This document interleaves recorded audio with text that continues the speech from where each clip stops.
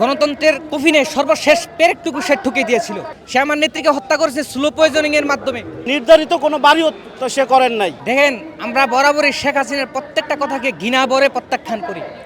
সে এদেশের গণতন্ত্রের কফিনে সর্বশেষ পেরেকটুকু সে ঠুকে দিয়েছিল।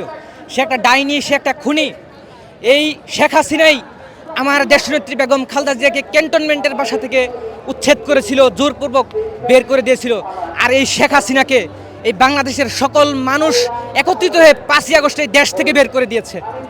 আজকে সেই শেখ হাসিনা সেখান থেকে মায়া কান্না করে বা লোক দেখানো বিবৃতি দেয়, আমরা সেটাকে ঘৃণা ভরে প্রত্যাখ্যান করি। এই শেখ হাসিনাই আমার দেশনেত্রী বেগম খালেদা জিয়াকে মিথ্যা মামলা দিয়ে, মিথ্যা রায়ের মাধ্যমে ওনাকে কারারুদ্ধ করেছিল, অবরুদ্ধ করেছিল এবং ওনাকে এই মৃত্যুর মুখোমুখি নিয়ে যাওয়ার পিছনে এই শেখ হাসিনা সবচেয়ে ষড়যন্ত্র করেছে। এবং সেই দৃঢ় বন্ধনের আস্থায় শক্তিশালী স্টিলের আরেকটি নাম জেডএসআরএম। ভূমিকাটা তারই সবচেয়ে বেশি। সে আমার নেত্রীকে হত্যা করেছে স্লো পয়জনিং এর মাধ্যমে। আজ তার এই নেত্রীর মৃত্যুর পিছনে শেখ হাসিনার সুস্পষ্ট হাত রয়েছে এবং সেটা এদেশের সাধারণ মানুষও জানে। এবং এই সজীব ওয়াজেদ জয়, সেই প্রতিবন্ধী সজীব ওয়াজেদ জয়, সেও দেশে, আমরা এগুলিকে ঘৃণা করে প্রত্যাখ্যান করি। তাদের সহমর্মিতা আমাদের দরকার নাই। আমাদের নেত্রীর জন্য সারা বাংলাদেশের কোটি কোটি মানুষ রয়েছে, তারা আমাদের নেত্রীকে ভালোবাসে। এবং আমাদের নেত্রী শুধুমাত্র এই এশিয়া প্যাসিফিক অঞ্চল নয়, উনি দক্ষিণ এশিয়া মহাদেশ তথা সারা বিশ্বে গণতন্ত্রের ধারক বাহক হিসেবে প্রতিষ্ঠিত হয়েছেন ওনার কর্মে, ওনার গুণে এবং ওনার আপোষহীন মনোভাবের কারণে। উনি আপোষ এবং কারাগারের প্রশ্নে উনি আপোষকেই বেছে নিয়েছেন। বাবা মারা গেছে, আমার বাবা যখন মারা গেছে সেই সুখ আমি এখনো বয়ে বেড়াচ্ছি, এটাতে কতটা কষ্টের। আর ওনার ভাই মারা গেছে, ওনার বাবা মারা গেছে, সর্বশেষ ওনার মা মারা গেছে, ওনার আর কেউ রইল না। ওনার যে কতটা কষ্ট, উনি দীর্ঘ 17 বছর পরে নির্বাসিত জীবন থেকে দেশে এসেছেন, কিন্তু উনি ওনার মায়ের সঙ্গে কথা বলতে পারে নাই। মায়ের সঙ্গে ভালোভাবে আপনার আইসিইউর ভিতরে হয়তো দেখা করেছেন, একটা করতে পারে নাই। ওনার কষ্ট যে, মানে ওনার বুকের ভিতরে যে কত বড় পাহাড়, আপনার কষ্টের পাহাড় হয়েছে, সেটা আমরা উপলব্ধি করতে পারি। আমার মনে হয় এরকম মানিক মেয়ে এমনি যদি 10টাও থাকে, মানুষ জায়গা দেওয়ার পরিস্থিতি নাই। সুতরাং এক ভাষায় বলতে চাই, দেশ নেত্রী সবার ঊর্ধ্বে। আমি তার সম্পর্কে একটা ওয়ার্ড বলতে চাই।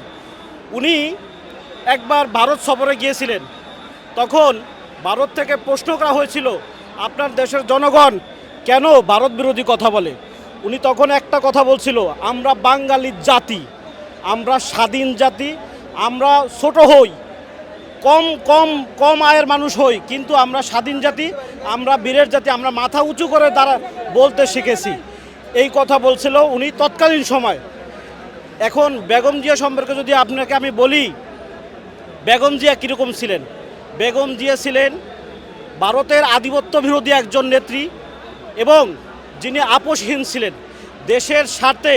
তিনি কখনো কোনো বক্তব্যতে আমি তাকে শুনি নাই যে তার সন্তান তারেক রহমান, কোক রহমান, তিনি কিন্তু সবসময় বলছে এদেশের সন্তান, আমাদের কথা বলেছে যে তারা আমার সন্তান এবং এদেশের মাটি, এদেশের প্রতিটা ঘর আমার ঘর। তিনি এজন্য নির্ধারিত কোনো বাড়িও তো সে করেন নাই।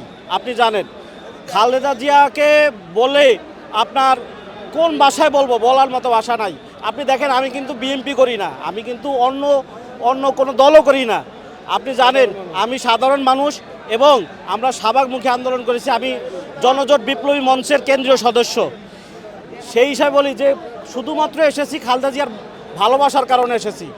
উনি শুধু বিএনপির না, উনি বাংলাদেশের অভিভাবক, উনি প্রতিটা দলের অভিভাবক। সুতরাং এক ভাষায় বলতে চাই, যদি এরকম মানুষকে যদি দেশ গ্রহণ করে, পরবর্তীতে খালেদা জিয়ার মতো আরও এরকম মানুষ আসবে। আর সর্বশেষ একটা কথা বলতে চাই আপনাকে, খালেদা জিয়াকে এ জাতি আগামী 1000 বছর স্মরণ করবে আমার বিশ্বাস, এবং খালেদা জিয়ার ইতিহাস এই বাংলার মাটিতে স্বর্ণ অক্ষরে লেখা হবে।